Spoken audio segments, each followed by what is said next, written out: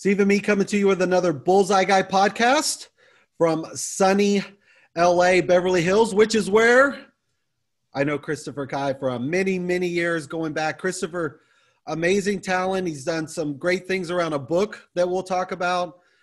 Speaking, I've seen him on stage at some of the biggest events around the world. So fortunate, excited to have you, Christopher. Say hi, give us a little background introduction on yourself.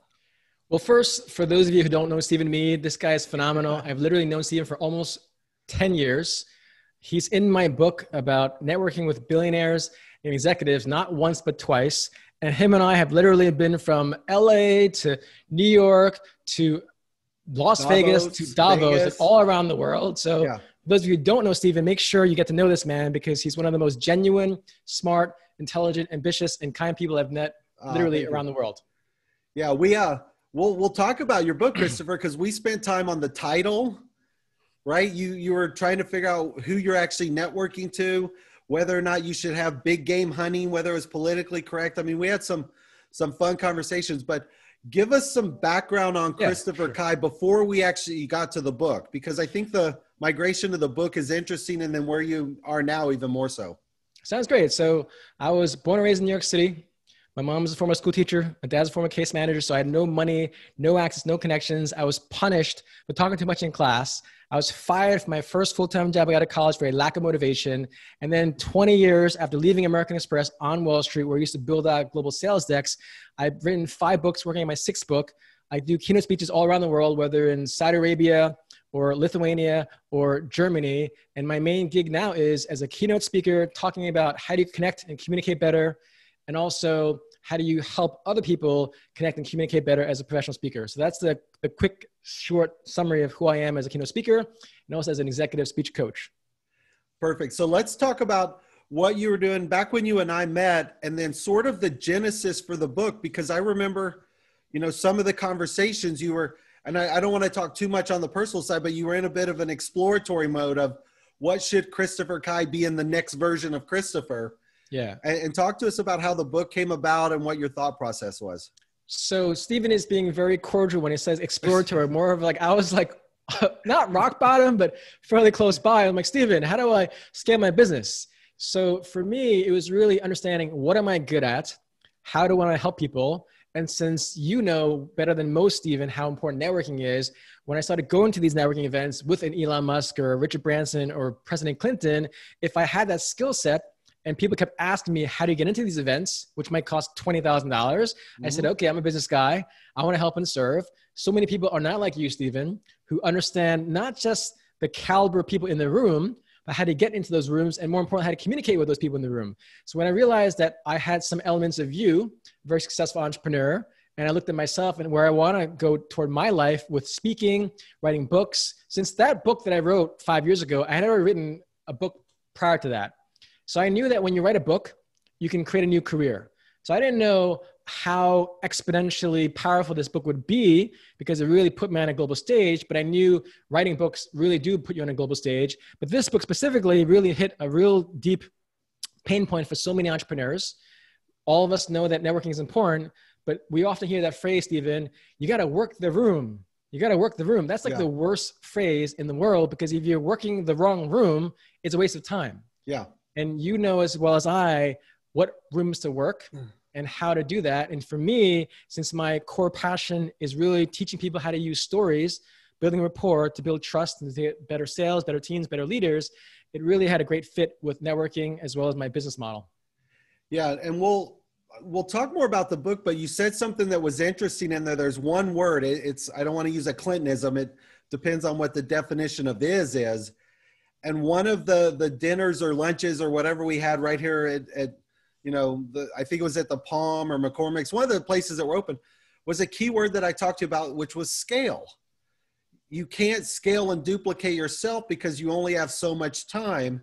And the book was sort of the first step to a program and a process that lets you scale. So let's talk about that for a little bit, and then I want to move into the book side. Yeah, and I remember exactly where we were. We were literally at the Beverly Hills Hotel. We had these bungalows. You actually gave me a ride back, and you had your Mercedes. And I asked you, Stephen, how do you scale your business? So talking with the scaling, as a keynote speaker, you can do quite well. Right now, I'm billing at $20,000, right? But in the online world, after creating an online program 4 years ago, we have clients in 120 cities, 30 countries, and 6 continents. Yeah. So not knowing that an online program is so scalable. So yes, I can't duplicate myself, though now I have, we actually have, we actually like Tupac, the hologram. We actually have hologram rates now. So you kind of can duplicate yourself. So it's quite scalable. But going back to your point, had I not had some of your advice years ago, it wouldn't have allowed me to crystallize, going back to the whole bullseye guy, it wouldn't have allowed me to crystallize where you, with your virgin eyes and ears relative to what I was pitching you, you're like, you know, Christopher, that's not scalable. And I just kept thinking about that over and over and marinating over it. But as soon as I talked to you about my online program and teaching other people how to become a keynote speaker, you're like, oh, wow, that's scalable, Christopher. Yeah. And now, again, 4 years later, it's only the beginning, 120 cities, 30 countries and 6 continents. It's amazing. So let's talk about the book. What was the genesis for the idea of the book? How did you struggle? Which actually, hold it up and give us the title of the book so people will understand why I keep going back. Big game hunting, right? It's like, that's exactly what it is you're doing, but it's not necessarily politically correct, but it's exactly what you were teaching people how to do. What was the idea around the book, and what's the substance in it? Yeah, and just to give you more props, right? If you look really closely, Keith Ferrazzi, he is the guy in building relationships. And Stephen literally introduced me to Keith Ferrazzi, who has now been a great friend. But the genesis was again. Hold on. Don't lose the genesis. Let me back up for a moment. Yeah. Because what Christopher did that we talk about with the bullseye technique is Christopher didn't come to me and say, oh, I'm going to write a book. Who can I get to get the forward? Christopher came, right? You came to me and said, hey, I want Keith Ferrazzi. Can you help me? And I'm like, yeah, I know Keith. I would love to make an introduction. Keith was gracious enough to write it, but you did the work on the front end of saying, here's exactly who I want that has the audience for the kind of book I'm writing. So the credit goes to you also. I just made the introduction. All the work is on yours. Now with that, talk to us about the book. So the genesis is really this. Again, we're all business people. We all want to do well. But based on science by a guy named Ron Burt, who studied network science, that your network is the single best predictor for success. And for me, given that I go out a lot and I go to these events where I didn't pay tens of thousands of dollars, if I know I have a certain skill set that people want and people kept asking me over and over and over again, how do you do this, Christopher? Yeah. And so I took Charlie Munger's mentality where if you want to solve a problem, you reverse engineer it. So I literally wrote out 20 or 30 different mistakes people make. And I just chose the top 20 mistakes, what people most do in networking in a mistake way, where what do they do before event? What do they do during an event? And what do they do after event? So I keep it super simple. Most people don't research their events. When they get there, they hesitate. Afterwards, they don't follow up. So it's really about a step-by-step process that I learned over 20 years on how do you get into certain events at the highest caliber that might literally cost $20,000 to meet people that don't just inspire you, but you can potentially work with them, collaborate with them, and most importantly, impact the world. Yeah, I was going to say a good interviewer knows the next question. A good interviewee answers the questions before it's even answered. I was actually going to say, okay, what are 3 of the tips like in those areas? So you gave us a couple. Let's take it just one layer deeper. What are some of the mistakes people don't make? Researching is a huge one. What else would you say are some of the mistakes people don't make, even down to just identifying the events they want to go to or who they want to meet? What are some other tidbits you can share? Well, it really comes down to what is their goal, right? Sometimes they have a unrealistic understanding of these people. So let's say that someone knows that I know Chris DeWolf, who's a co-founder of MySpace, or I know Elon Musk. Like, oh, Christopher, would you mind giving me an introduction? I'm like, no. You know, so just first understanding that actually our levels, we are all human beings. We have the same value, same level of human value, but there are different tiers. So one of the mistakes most people make is they think, oh, you know such and such, therefore make an intro. It doesn't work that way. Why should they care about meeting you if you don't even add any value? So it's about thinking about clearly what is your purpose and how can you serve them? Most people think take. You and I have known each other for years, even before I even asked you for that one favor for Keith Ferrazzi. I didn't ask you from the very beginning I met you. Yeah. I got to build rapport. And that's one of the biggest mistakes people make. They think, oh, wow, Stephen knows this person, therefore I'm going to ask Stephen. Like, Stephen doesn't know you that well. Why should he ask you? It doesn't mean you wouldn't, because you're such a kind, generous man. But I find a lot of people, they don't really spend a lot of time thinking, why they're meeting the person and how they can add value to that person they're meeting. Yeah, I appreciate that. Step 2 in my bullseye belief is what's in it for you. And my secret tip, I don't always give, but I give it sometimes, is if you were going to meet somebody like an Elon Musk, I Google, and I use other ones, DuckDuckGo, but I'll say what's important to Elon Musk, what's important to Ryan Kavanaugh, what's important to Christopher Kai. And a lot of times you can get information that's personally important to that person, which gives you another point of reference, which I think is somewhat what you did talking about Elon Musk. Didn't you, and we're going to segue a little, didn't you get Elon to speak at the charity that you have? Yeah, so I created this homeless youth program called Mondays at the Mission, where we teach career and life skills for teenagers that live at a homeless shelter in LA, largest of its kind in the country. The program I created was the only one in the world. But I asked Elon to come to the homeless program I created to have him share his story to our students. Yeah, and so you've had Elon, you had Buzz Aldrin, Diana Nyad. We've had Grammy winners, Navy SEALs. We've literally had over 400 speakers. We've had Agent Grenade from Entourage. We had one of the guitarists from Maroon 5. We had Jeremy, what's that? The actor from, I think. Piven. Dark Zero, something 30 Dark Zero, whatever that. Not Piven, but Jeremy, I think Kenner is his name, but he's like a very well-known actor. Zero Dark 30, the movie. I don't know the actor, but the movie. Yeah. So cool. We've had so many different, very successful people coming there to share their story. And so sometimes you can go to a networking event, or in my case, I created my own, not to network with them per se as a beginning point. It was really to serve and help these students. And it happened that these people really wanted to help and give back. Yeah. So let's talk tactical, a couple things, but I'm going to share one of my great research mistakes. And I don't know if I've ever told you this story. You'll laugh and get a kick out of it. And then hopefully you can share some of your tidbits. I had an opportunity years ago to be in a room with President Clinton, Tony Blair, Larry Summers from Harvard. And I was fortunate to be invited. I knew, but a part of the deal was I said, hey, the guy that was setting up my invitation, I said, I need the list of who's going to be there. No, Stephen, we can't. I'm like, I'm not, because I was paying him for some biz dev work. So moral story, got me 82 people. And it was Wendy Dang and Sandy Weil and Scaramucci. And I mean, Edward Cardigan from Chelsea. It was amazing. So I did all this research. It was at Julian's house from Tiger Fund. And I'm like, what's important? I had the whole spreadsheet, Christopher. I was ready. I know who I wanted to talk to, what. The doors of the elevator open. I say hello to Scott. I turn and look in the room and I'm like, oh, pardon my French, shit. This isn't a name tag room. And I didn't have pictures. So I had all the research of who I wanted to meet, but no, I didn't have pictures. I didn't have name tags. So, there's always little mistakes we can make. When you talk about the book, and then I want to transition more to the new stuff. What are some of the tactical things in terms of research or building relationships or adding value? Like, what are one or two tactical things? Yeah, I mean, even what you just said, all the names you dropped, I know every single one of those people you mentioned. Wendy Dang is Rupert Murdoch's ex-wife, who I met at a Gagosian Gallery in Beverly Hills. Sandy Will is part of Citigroup. Like all the people, Scaramucci, so just knowing these people takes thousands of hours, which most people don't do. City National Bank is a client of mine. They manage $40 billion in assets. They got bought out by Royal Bank of Canada. RBC, I think. Yeah. Yeah. And the president of City National Bank, his name is Christopher Wormuth at the time. He literally left his scheduled meeting, came to my speech because he was so impressed when I said, I spent 40 hours researching the guest list at the Milken Conference. Yeah. Which has Elon Musk. I've done that with the book.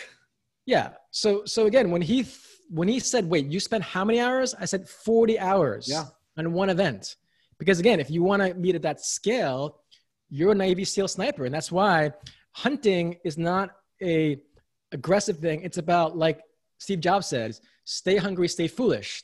If you are hungry for success, you need to want it that bad, where I spent 40 hours. And I know you've spent so much time too. So one of the things that most people don't do, they're like, oh, I'll just go there. I'm like, it doesn't matter if you go there. If you don't know who they are, what they're about, how can you serve them, and you don't know who you're going to meet. Yes, I met Elon Musk at one time, but at that same time, I also met Piers Morgan, and Idris Elba and Usher and Albert Stone and Chris Anderson, you know, all these people I met, but one happened to come to my homeless youth program, right? And with all people, they assume that, oh, I have one person I want to meet. No. Why do you want to meet that person? They often want to meet someone like Elon because it's more the celebrity factor. But if it's about money, about technology, it's about defining in a more broader base. There's many people you might want to meet, but why you want to meet them. So it comes down to deep-seated research to understand who they are so you can have conversations with them. Yeah. And then how did you transition from the book to the platform and the programs, which also has kind of led you to some of the stuff you're doing now? Yeah, and the thing is, Stephen, as you know, in business, it's about what's the product market fit. When I left American Express, I wrote a book about college success. I come out to California, I start giving speeches because people start asking me to give speeches on college success, and people start hiring me to be a college admissions consultant. So it's always about demand. Networking, people kept asking me, I wrote a book. After I started speaking more, they said, Christopher, I want to get paid $20,000 for a speech. How do I do that? Well, here's my program. Well, I don't want just a few $1,000 program online. I want you to private coach me, right? So it always comes down to what people ask me to do, which is the product market fit, where so many business owners, they create a product that people don't want. Yeah. Whereas in my case, before I even pitched the product, I already knew people wanted it because they kept asking me, you know? So it's always about the demand, but it's also about my own genuine alignment where I want to help people connect and communicate better. I have a brand of leadership called story-based leadership, where I share with executives how to use their story to communicate, to connect, to be better leaders. And it's all about the story because it's 22 times more memorable, right? So that's my brand of leadership. So it really came to an iteration process and evolution, but it was always about being in alignment with myself on who I am and what I want to do. And speaking is fun, as you know, Stephen, but the book came from the demand of what people wanted. And then the keynote speaking field of people being coached by my program really came from a demand that I don't have the time to coach everyone, but with online programs, when I realized how lucrative it is, it's a $320 billion e-learning space. Yeah. And you've been, I mean, I've seen you on some of the biggest stages, and there's a difference as well. And I just want to touch on this. There's a difference between moderating, which you did at Money 2020 and some of these big finance events, versus being a keynote to transmit and transfer education to executives who are sitting there a lot of times think they already know everything. Talk to us about the different mindset and skill set between the presentation moderation on stage to a big group versus the actual knowledge transfer. Yeah. The bottom line is let's say Discover Card hires me for a keynote speech, 45 minutes, annual sales conference with all their professionals. They don't want some random speaker. They want to know that this guy, in my case, I worked at American Express. I've been doing this for 20 years. I've spoken at Merrill Lynch and Google and all these various companies. And I've been able to quantify and qualify how to use stories based on science and strategies and how to build rapport with your clients. So the difference is really, you have to be really, really specific with actual strategies, where I'll pick apart a Howard Schultz, for instance, who in 1983 goes to Milan, Italy, sits down in an espresso bar and sees the interaction between the baristas and the customers, gets inspired by that, brings it back to the US and creates what we know as Starbucks. And now every employee is called a barista, and it's all about the Italian experience. Now, if you take away that story, it's just a coffee shop. I'm like, oh, that makes sense. But I dissect a Steve Jobs, I dissect a Warren Buffett. So I first give them macro examples of leaders that do it. And then I dissect how they do it, why they do it, and when to do it. And that's the difference between a keynote speaker who gets paid and someone that just maybe in the more speak to sell model or the personal development space, it's much easier to say I'm a speaker. But if you're going to get corporate gigs, it really is about defining what is the solutions that they want me to serve them as a client. It's interesting because it's the story side, which you've done, but also, again, these are some of the conversations you and I had, and I can hear it translating out as, where does your story best resonate? Where's that fit? And I remember when you and I were talking, it was financial services and insurance and real estate and sales. And I think that's it too. A lot of times people think they just want to be a speaker and they don't even research where they fit in the market and what their story is. And who will pay for it? I mean, and the three types of the stories I share is personal story, professional story, and client stories. Yeah, so you give them 3 lanes, which again, I think if I'm doing my job properly, Christopher, kind of transitions into what you're also doing now.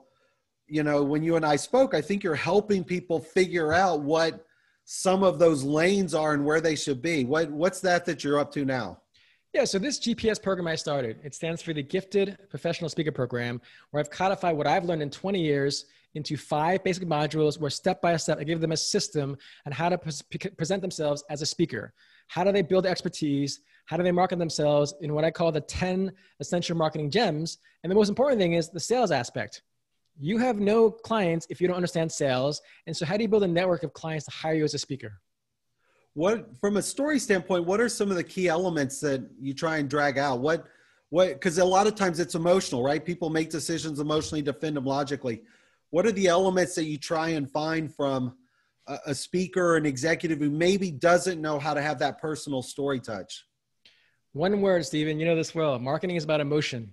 Yeah. If I share a story with you about a woman named Gail, this young girl named Gail, she's so poor. Her mom was a housemaid. Literally, her grandmother made a dress for her at age 3 out of a potato sack. That's how poor she was. This girl named Gail, right? Age 9, she starts getting sexually abused by her uncle and her cousin and her family friend. By 13, she runs away. 14, she gets pregnant, has a kid that dies in infancy. Fast forward to her college years. She gets a job at a TV station in Tennessee. She starts realizing her dream. She moves to Chicago. And this woman named Gail is Oprah Gail Winfrey. Yeah. So that's one story, but it's about the reason why Gail Winfrey is so inspiring is because she's relatable. So many people might have the credentials, but there's no relatability. That's why I share with you, hey, I was bullied and punished and teased. Oh, surprise, surprise. Steve Jobs was born out of wedlock.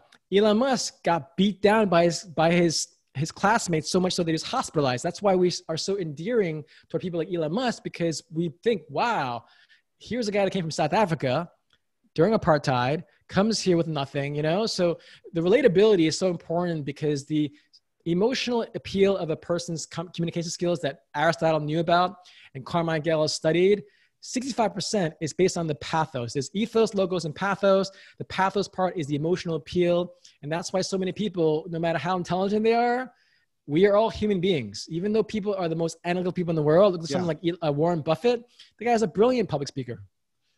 And a lot of times what you're talking about, I love it because it's all these different elements that you have to get in little pieces. But if you can put it together in a program, like part of what you're talking about is messaging. Part of it is relatability. Part of it is even interview points. You know, if you don't know what your 10 value propositions, you're not going to have a good interview because you're not going to have your sound bites. So when you're working with these executives, what's the program that you're really helping them with? Is it becoming a public speaker? Is it relating better when they're on stage? Is it even when they're in front of their own employees, or is it kind of all of the above because you're touching different points? Well, the umbrella is very simple, Stephen. I teach the business side of speaking and online coaching. So the business side is expertise, marketing, and sales, EMS. If you imagine this big, bright EMS truck in the US, at least, it's really those things. People don't understand how to frame their expertise. They don't understand how to market themselves with their story, their bio, their videos, their photos, their testimonials. And again, going back to the sales, it really is the business side of speaking. So it's, yes, some of the things you mentioned, but it's really, they want to get paid to make a living as a speaker. They want to get paid to be an online coach. Just having the content is not enough. You have to have it in the right framework, where without the right framework, why should someone pay you $10,000 or $20,000? I've been paid up to $30,000, right? So it's first the framework of videos, photos. And people might say, oh, I have the photo. I'm like, yeah, but that photo doesn't look professional. Oh, I have a testimonial, but that testimonial is from an analyst. You know, so let's say there's a very big difference between a 20-year-old college student saying, wow, you really know a lot, Christopher, as opposed to Elon Musk saying that on video, Christopher, wow, you really know a lot. Yeah. So you have the prominent of the person, but also the title of what they say. So I literally dissect exactly how to frame their story, the testimonial, the photo, the video. So it's the marketing aspect of building a business, a viable, sustainable business as a speaker or online coach. And again, Christopher, you've proven my point. I was getting ready to ask you what the actual deliverables are, but you're a professional, so you can anticipate kind of what those answers should be, which again goes back to the training of what you're trying to teach other people how to do. You're living it now because I'm teeing my question up, but you've already anticipated and put your answer into those questions. So, and again, Stephen, we're both salespeople. right? And what is sales about? It's about helping and serving. So I can tell you about Shazad, who's 20 years old, who I helped her get her first keynote speech at IKEA in Sweden for $4,000. Yeah. I can tell you about our friend Keith Herman, who got a #1 bestseller book. Yeah. I gave him the title, which he doesn't say, but that's okay. He booked 20 speeches last year. He's on multiple speaking bureaus, right? So he's more established, as you know, raised $500 million, has built 50 companies over 30 years. And then I have someone like Dragana, who is so petrified, Stephen. She was one of my first clients in GPS. She was so petrified that she wouldn't even do a Facebook Live. So I said, Dragana, we're going to sit down together. We're going to do a Facebook Live. She had over 1,000 views on her first Facebook Live. Wow. Within a year, she spoke at a keynote speech in Texas. Within 2 years, she was on a global stage with heads of states in Europe. Where 2 years. Is she here? Is she LA tennis player? Former tennis player. How about that? That's how we can target. But you said something interesting. I want to clarify for myself, Christopher. I'm not good at sales. Well, hold on. Let me finish. I'm good at business development because I create the distinction. And again, I use your book a lot when I talk about it is I'm the guy that can hunt big animals. I can hunt the jungle. I shoot the elephant with a bow and arrow and it turns and looks at me. Business development is getting a company to look. Sales is follow-up, phone call, email. Like I create that distinction, but both of them have the same skill set, but it's a little different mentality. I'm good at opening doors, getting interest. That closing the door is a little bit of a challenge. So COVID has changed a lot for people, with a lot of things you and I have both done in person. We're actually teed up. We spoke just before podcast. He's like, oh, Davos. I'm like, no, Davos is in Singapore. We're going to go. We have fun at these events and we really enjoy helping people. But what's coming up for Christopher Kai this year in the next 12 months? Sort of, what are your goals? What's your vision? What's something that people can do to either get involved with you or send you good people? No, it's really the two different lanes. I am continuing to build my keynote speaking career, whether virtual or physical, because as you know, I have a potential gig in Dubai next year and a place in Florida, but it's still building out my keynote speaking repertoire. So now it's about pandemic proof principles. And then the online world, anyone that's an entrepreneur, executive, professional speaker that isn't really there at their tier of getting paid $10,000 or higher. Now is the best time, by the way. I tell every single person, we've had over 50 success stories in even the last few months where it's so much harder to convince an executive to hire you for an actual speech. They're going to fly you out there, put you in a hotel, and if you bomb, you're messed up.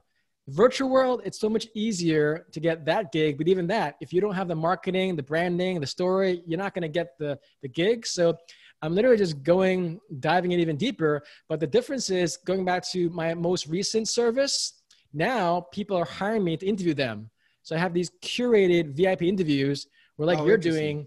It's so challenging for people to communicate concisely. I've done over 1,100 podcasts. And the single unfortunate reality is so few people know how to share their story well, concisely, in a sexy way. Yeah. If you can't share it in a sexy way, why should they care? So I have a different business model now where sometimes I'll create these curated VIP interview experiences, what I call SBVM. VM stands for video marketing. Videos or images, according to research, are 60,000 times more, they absorb faster. And so SB stands for story-based. So I have these story-based video marketing where I help executives and entrepreneurs really curate a 20, 30-minute video marketing so they can use that. Instead of wasting thousands of dollars on ad spends that might not work, I have them have a curated video marketing interview so they can use whenever. So it's like, oh, wow. What's going on, Stephen? Oh, I just interviewed Christopher Kai. He's interviewed Elon Musk and Buzz Aldrin, and he also interviewed me.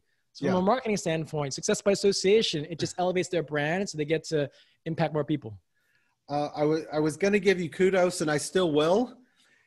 If story-based is a hyphen, I was laughing, Christopher, because again, you and I have been in this space, so when you see another professional, you can laugh. One of the podcasts I did was on the power of three. Most of the company names are 3 syllables or less, Oracle, Microsoft, and you did GPS, you did EMT as a visual example, which sticks in people's head. You did the power positive, the 3 Ps. Pandemic proof principles. There you go. But I was like, hey, there was 3 Ps there. So story-based visual marketing, I'm going to go SVM. I'll give you a 3 on that. we'll just hyphenate story-based marketing in video form. Yeah, story-based video marketing. There's another 3 hyphenates. So, all right, buddy, I appreciate your time. I love what you're doing. We'll get this out there, share information. Anybody that wants to book Christopher, he's great on stage. He's great in person. The virtual side, he's doing amazing stuff. So appreciate your time, Christopher. Keep up the great work, and we'll see you soon in 2021, whether it's Dubai, Abu Dhabi, Singapore, or up the street in Beverly Hills. Great. Again, whoever's listening to this, watching this, Steven literally is one of the brightest guys. Literally, every time I say, hey, Steven, where should I go? This is the guy. So make sure you reach out to Steven because he's on point. All right, buddy. Thanks. Stay safe. Bye, Steven. All right. Bye-bye.